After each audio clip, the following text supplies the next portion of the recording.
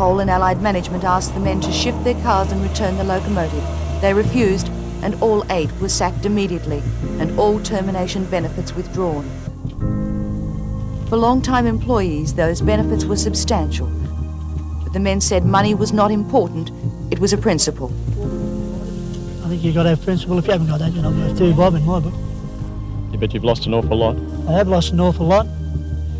I believe the stand that we're taking is the right stand. Otherwise, I wouldn't be here doing this.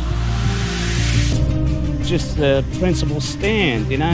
The coal companies are just doing exactly what they want to do, and you know, we thought we'd make that stand, you know, just to show everybody that, you know, we cared about the place and we want to preserve our jobs.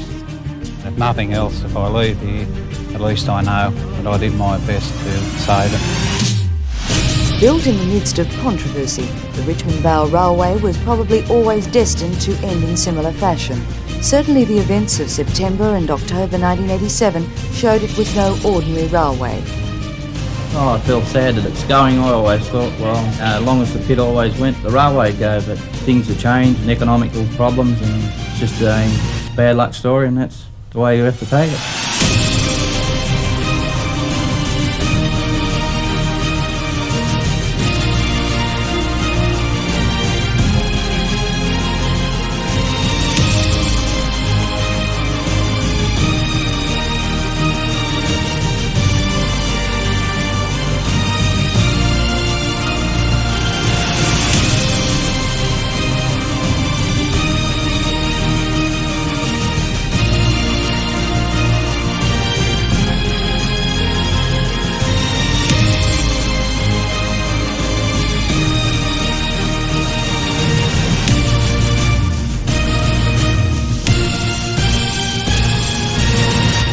That's it, folks.